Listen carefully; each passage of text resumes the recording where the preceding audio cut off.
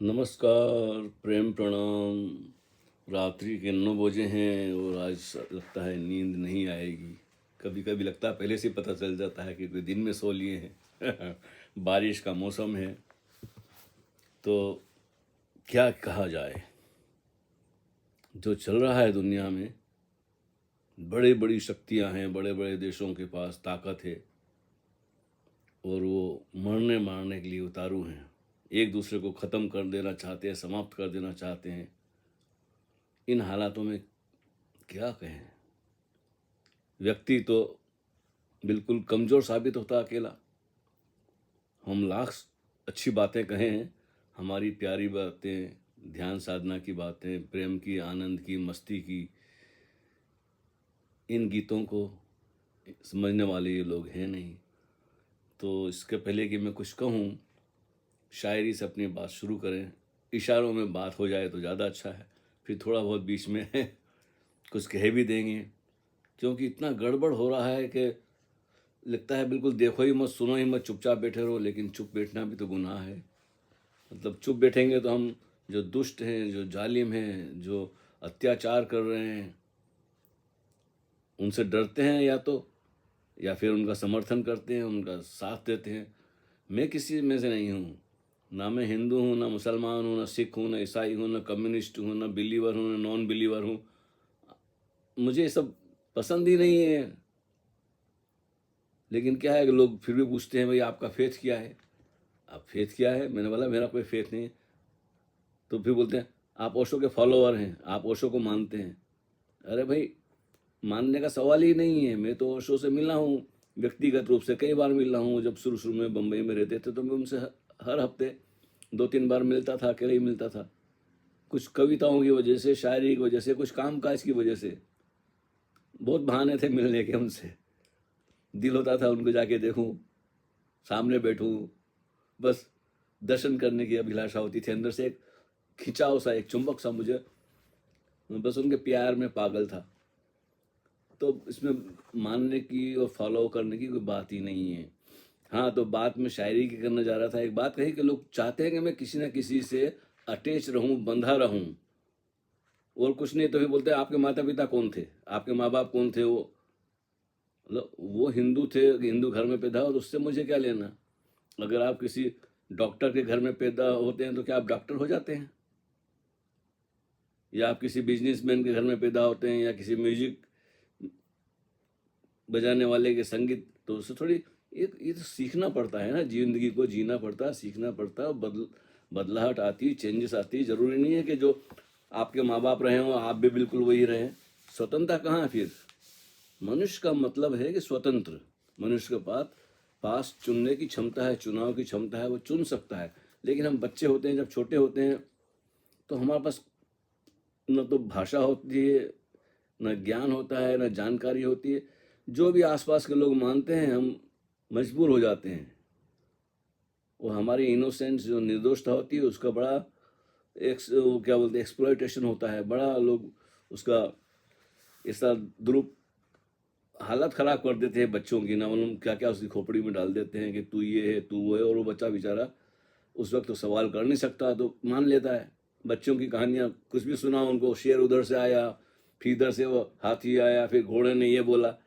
छोटा बच्चा 3-4 साल का, वो वो भी क्योंकि उसके पास संदेह तो उसके मन में भी आता है, डाउट। लेकिन फिर भी वो ज़्यादा आर्गूमेंट नहीं करता है, सुन लेता है बात कि आप बोलते हैं तो सच ही होगा, क्योंकि उसने देखा नहीं है, जाना नहीं है। तो जब मेच्योरिटी आने लगती है तो बहुत सारे सवाल, जितना अक्लमंद आदमी होगा, इंटेलिजेंट होगा, उतने ही उसके मन में सवाल पैदा होंगे। और कुछ हमारे यहाँ कौम है, कुछ इस्लाम, जैसे इस्लाम की साफ बात कहूँ, उन्हें सवाल पूछना मनाही है। आप सवाल नहीं पूछ सकते। जो कहा है, जो लिखा है, आपने पढ़ा हो या ना पढ़ा हो, लेकिन जो मुल्लाओं ने कहा है आपको बात मान लेनी है। तो खैर, ये तो फिर बड़ी लंबी चर्चा हो जाएगी, क्योंकि आज का जो सारा जो संबंध है ना, 2 मुल्कों में, 4 मुल्कों में, 10 मुल्कों में, इतने बिगड़े हुए हैं कि आदमी डरा हुआ है जहाँ भी है। कहीं ऐसा ना हो कि हम चपेट में आ जाएं। 2 अगर मुल्क लड़ते हैं उनके पास ताकत है तो एक दूसरे के ऊपर बम फेंकते हैं, तो इनोसेंट मारे जाएंगे ना। ऐसा थोड़ी है कि खोमेनी और ट्रम्प जाके बॉक्सिंग के मैदान में वो हाथापाई करके फैसला कर लेंगे, नहीं, वो सबको लेकर डूबेंगी। बड़ा मुश्किल है। तो उसी के ऊपर मैं बात करने वाला था, बीच में कहाँ से वो बात आ गई। तो चलो शायरी से शुरू करते हैं, इशारे में बात हो जाएगी। सियासत के नशे में, सियासत के नशे में है जो चूर आदमी। राजनीति पॉलिटिशियन जो होते हैं ना, नेता, ये सियासतदान, उनके ऊपर मैंने बात कही है कि सियासत के नशे में है जो चूर आदमी, वो अपने आप से है बहुत दूर आदमी। शराब का नशा तो घंटे 2 घंटे में सुबह तक उतर जाता है, लेकिन ये राजनीति, पॉलिटिक्स, पावर, कहना ये पावर हंग्री पीपुल, ये ऐसा नशा है कि जिंदगी भर नहीं उतरता, मरते दम तक नहीं उतरता। लोग मर जाते हैं क्योंकि वो सियासत का मतलब था, राजनीति, पॉलिटिशियन का मतलब होता है कि सबके ऊपर वो कब्जा करना चाहता है, सबके ऊपर हुक्मरानी करना चाहता है। उसके हिसाब से सारे लाखों करोड़ों लोग, अगर प्राइम मिनिस्टर है मुल्क का, तो सारे लोग उसके हिसाब से चलें। जैसे आपने वो, हाँ, कहाँ है वो, कौन सा है ये एक कोरिया, अजीब आदमी है देखो, लेकिन वो बिल्कुल बहुत अथॉरिटेटिव है, यंग है। जैसे बाल उसने कटाए हैं सारे लोगों को वैसे ही बाल की फैशन रखना है। उसका बाप मर गया तो सबको सच में ही रोना चाहिए। अगर जो रोता नहीं है उसकी फिर समझ लो ये मुसीबत हो जाएगी। तो बनावटी ही सही, रोना पड़ेगा भाई। तो डिक्टेटरशिप जो है ना, तानाशाही, तानाशाह बड़े जालिम होते हैं। मतलब वो चाहते हैं उनके हिसाब से सारी दुनिया चले। मजहब उन्होंने भी तानाशाही की है, धर्म के नाम पर, मजहब के नाम पर ना मालूम क्या क्या अत्याचार हुए हैं। इस महिलाओं पर, स्त्रियों पर तो बहुत अत्याचार हुए हैं, लेकिन कोई छूटा नहीं है, बूढ़े बच्चे, स्त्री हो या पुरुष हो। जब इतिहास को देखते हैं, हिस्ट्री को देखते हैं, तो बड़ा दुख होता है। इतना खून खराबा और इतने हजारों साल से चल रहा है, इसका अंत कब होगा?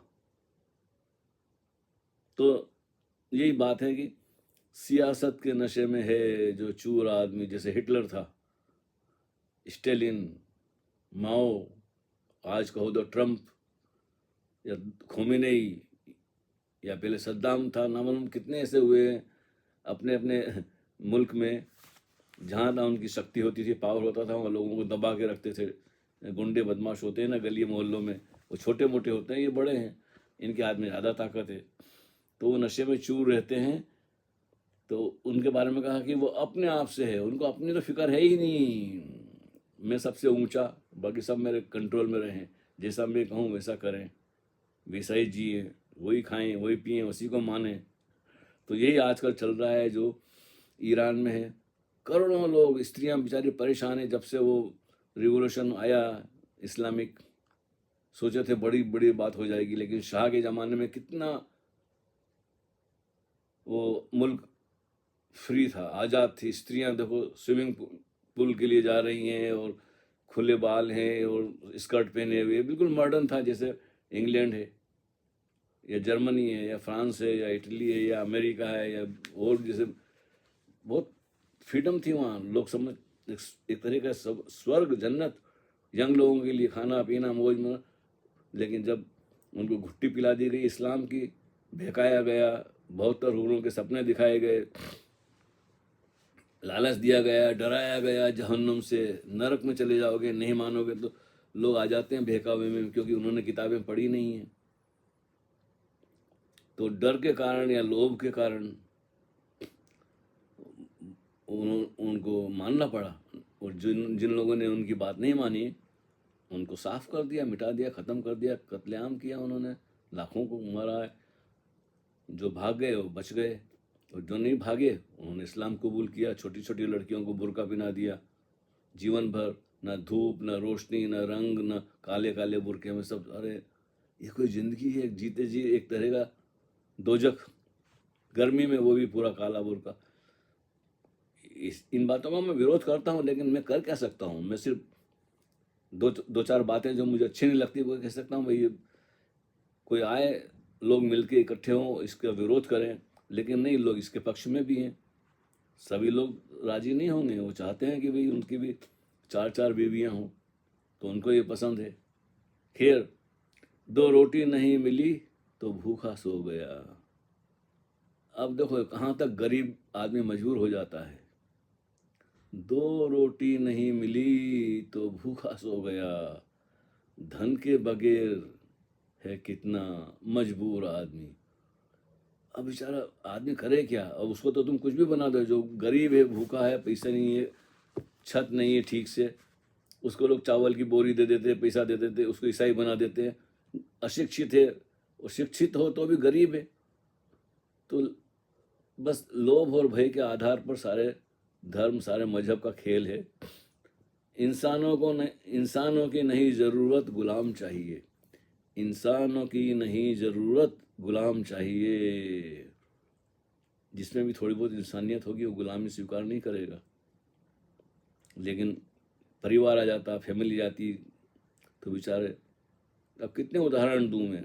कश्मीर का उदाहरण है, ऐसे तो अभी भी चल रहा है ना, बांग्लादेश में चल रहा है। रोज़ यही चर्चे सुनने को आते हैं, तो मुझे भी दुख होता है। मुल्क और मजहब के बहाने होती तानाशाही। हिटलर हो या सिकंदर, है क्रूर आदमी। क्रूर का मतलब जालिम, दुष्ट। हिटलर हो या सिकंदर, है क्रूर आदमी। रहता है शहर में सबसे अलग थलग। जिसके पास जितना ज़्यादा दौलत होती है वो सबसे अलग थलग रहता है, क्योंकि बस अफोर्ड ही बड़ा मकान खरीद सकता है पहाड़ी के ऊपर, सबसे अलग।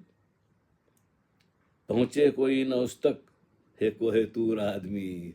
एकदम जैसे जब गरीब लोग होते हैं तो एक झोपड़ी के साथ में दूसरी झोपड़ी, एक दूसरे का सहारा ढूंढते हैं। सारे गरीब बस्तियां एकदम एक के पास, एक ही घर में 6-6, 8-8 लोग, मजबूर है वो भी। पैसा हो तो फ्रीडम आती है। बात सच्ची कह दी झूठों के सामने। बात सच्ची कह दी झूठों के सामने, सूली पे चढ़ा दिया था मंसूर आदमी। जो भी सच बोलता है उसका सर तन से जुदा हो जाएगा। सच बोलने की कीमत चुकानी पड़ती है। और दोपहर की तपती धूप में बोझ ढोते ढोते, मजदूरों को देखिए कभी हमारे इंडिया में, पाकिस्तान में, ऐसे बंगला में जो गरीब मुल्क है वहाँ मजदूरों को देखिए, दोपहर की तपती धूप में बोझ ढोते ढोते, शाम हुई तो थक के हुआ चूर आदमी। अब ये व्यक्तिगत भी है, सामाजिक भी है, लेकिन विचार करने लायक बातें हैं कि जो सियासत के नशे में है जो चूर आदमी, उसको उसका नशा कैसे निकाला जाए, उसको हेल्दी कैसे बनाया जाए, वो तो सबके पकड़ के बाहर हैं। अब भारत में देखो, अभी अभी उसके भी चर्चे चल रहे हैं।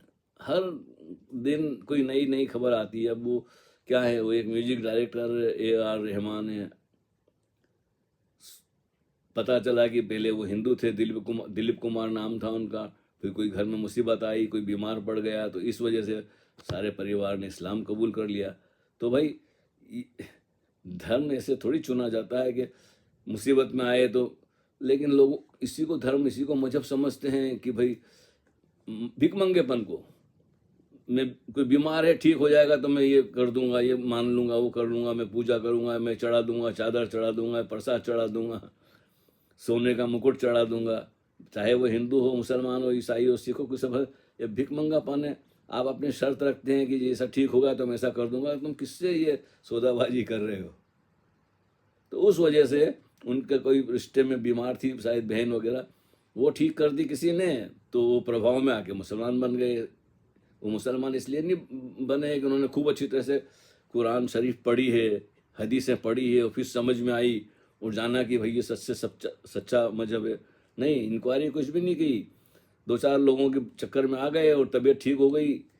तो ये कोई ढंग है धर्म को, मजहब को चुनने का? बड़ी खोजबीन करनी पड़ती है, और खोज करने नहीं देते इस्लाम में तो खोज की मनाही है कि आप इंक्वायरी करना, सवाल पूछना, सवाल उठाना नहीं। तो अभी बड़ी मुझे अजीब सी बात लगी जब अनूप जलोटा ने उनसे कहा, अपना वक्तव्य दिया कि भाई यार रहमान, तुम्हें काम इसलिए नहीं मिल रहा है क्योंकि तुम मुसलमान हो, तो फिर से हिंदू हो जाओ। लेकिन नहीं, कहना आसान है, वो अगर फिर से हिंदू हो जाता है तो दूसरे जो मुसलमान है उसके आसपास वाले उसको छोड़ेंगे नहीं, उसको जीना हराम कर देंगे, क्योंकि इस्लाम में एग्जिट नहीं है, एंट्रेंस है। आप मुसलमान बन सकते हैं, लेकिन इस्लाम छोड़ा तो फिर आपको हुक्का पानी बंद या उससे भी ज़्यादा बहुत कुछ हो सकता है खतरनाक। इसके ये इसके ऊपर है कि वो किन लोगों से उसका ताल्लुक है, अब तो सारी दुनिया जानती है। तो हंगामा मच जाएगा अगर वो फिर से हिंदू हो गया तो उसको जीने नहीं देंगे लोग, बोलेंगे तुम कैसे गद्दार हो, और फिर बोलेंगे ये तो सच में मुसलमान था ही नहीं।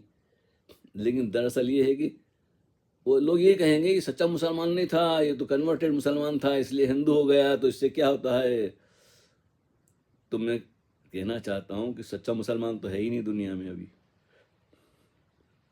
सब कन्वर्टेड हैं। जितने भी भारत के, पाकिस्तान के, बांग्लादेश के और जहाँ भी मिलके हैं, ज़बरदस्ती इनके बाप दादाओं को, पूर्वजों को, भले ही वो 500 साल पहले हो, 300 साल पहले, 800 साल पहले, 1000 साल पहले, पीछे लौट के देखेंगे ना तो इनके फैमिली में ऐसे लोग होंगे जिन्हें ज़बरदस्ती इस्लाम कबूल करना पड़ा, और जिन लोगों ने नहीं किया वो मर गए बेचारे, उनका तो नामो निशान नहीं रहा। उनकी लड़कियों से ज़बरदस्ती शादी करके बच्चे पैदा किए हैं।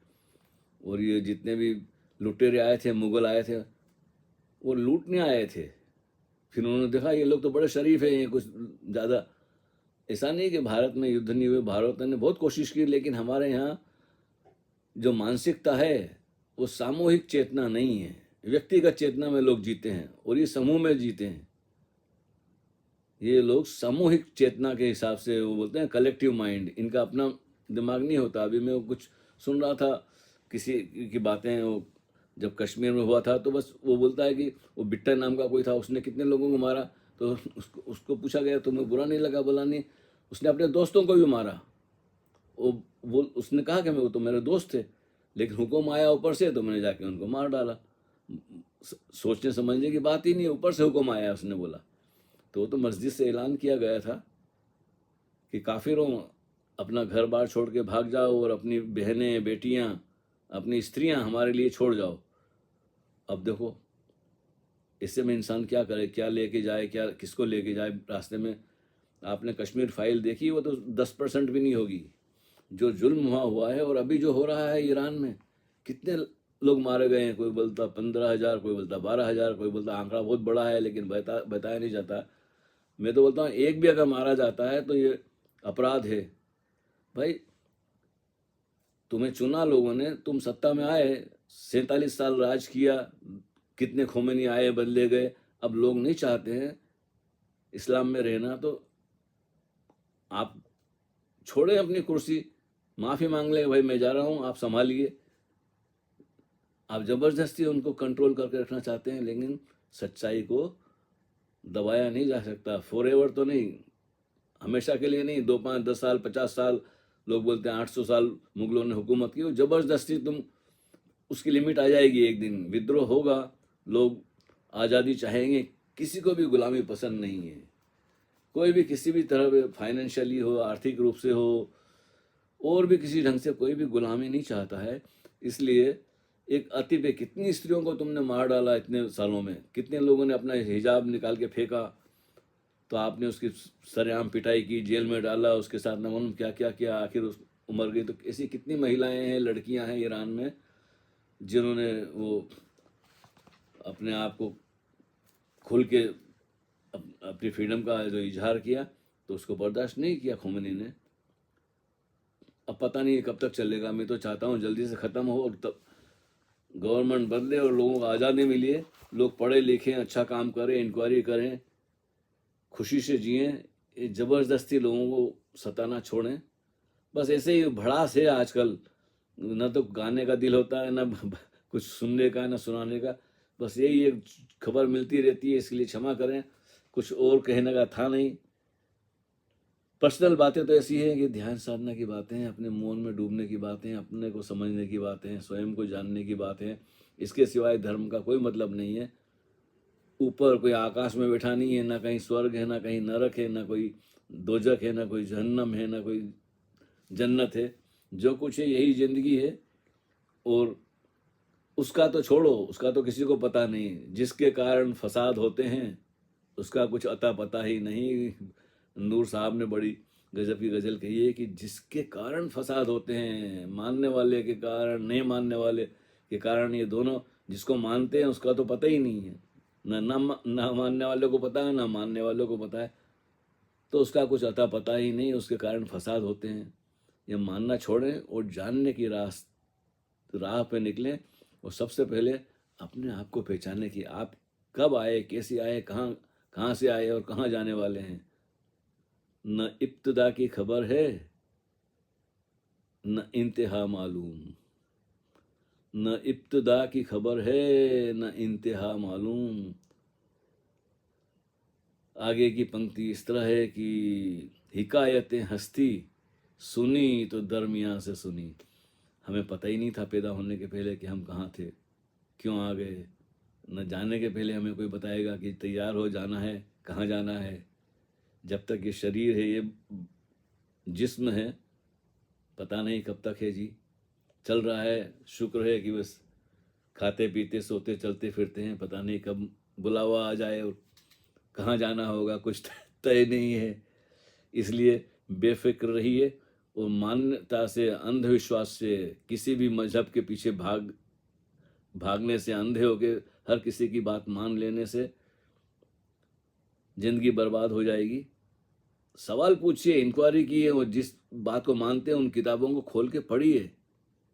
अगर ओशो को पढ़ना शुरू किया तो आप सारे मजहब की गंदगी से, सारे धर्मों से, वो साला कोई भी हो, कहीं का भी हो, मानने वाले हो नहीं मानने वाले हो, सवाल ही नहीं है, आपको लेना देना ही नहीं है। आपको एक बात समझ में आ जाएगी ओशो की, कि तुम अपना पता लगाओ, अपने माही टटोलो, अपने भीतर ही टटोलो उसको, जो कभी पैदा नहीं हुआ और जो कभी मरेगा नहीं।